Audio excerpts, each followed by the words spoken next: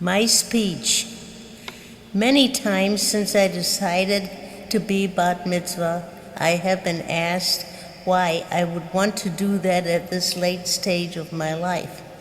Of course, the easiest answer is because I want to, but there really is much more to it than that.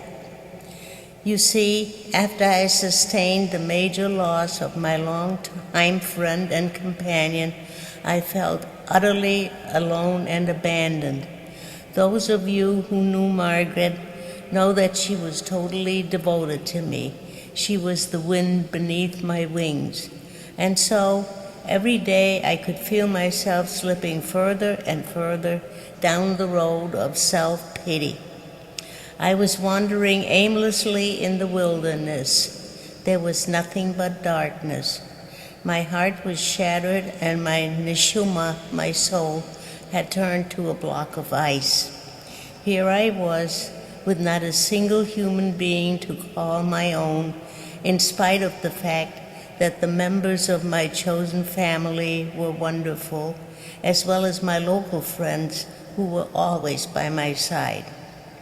And then one day last July, I was leafing through one of those AARP magazines, and all of a sudden, the words Mazel Tov caught my eye, and when I glanced down, I saw a picture of 10 elderly ladies and an article about how they had just celebrated their bat mitzvah and that their ages ranged from the middle 70s to the middle 90s.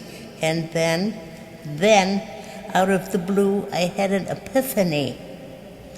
Epiphany is Greek, and it is defined as the sudden realization of the essence or meaning of something, an illuminating realization or discovery, often resulting in a personal feeling of elation, awe, or wonder.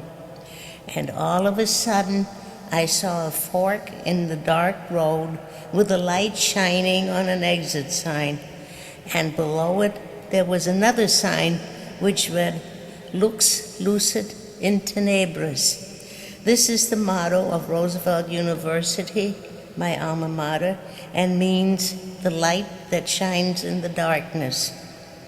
And as of that day, I became a changed woman. I decided to be a bat mitzvah, even though I had not much of a religious background. I again had a purpose in life, which presented me with a tremendous intellectual challenge. I was ready to reconnect with my ancient ancestors and learn a little bit of their tongue-twisting language, just enough to say the same blessings they did and read a few sentences of the Torah. And so I set off to Temple Isaiah, where I met Rabbi Sally Owens, who has become my teacher, my mentor, and I hope my friend. Without her, I would not be standing here. Her patience and enthusiasm have been my inspiration, and I hope that I lived up to her expectations. In all this time since we studied together, she has never once reprimanded me and always encouraged me. Rabbi Sally, I love you and thank you from the bottom of my heart, which, by the way, is on the mend, and the ice in my soul is melting as well.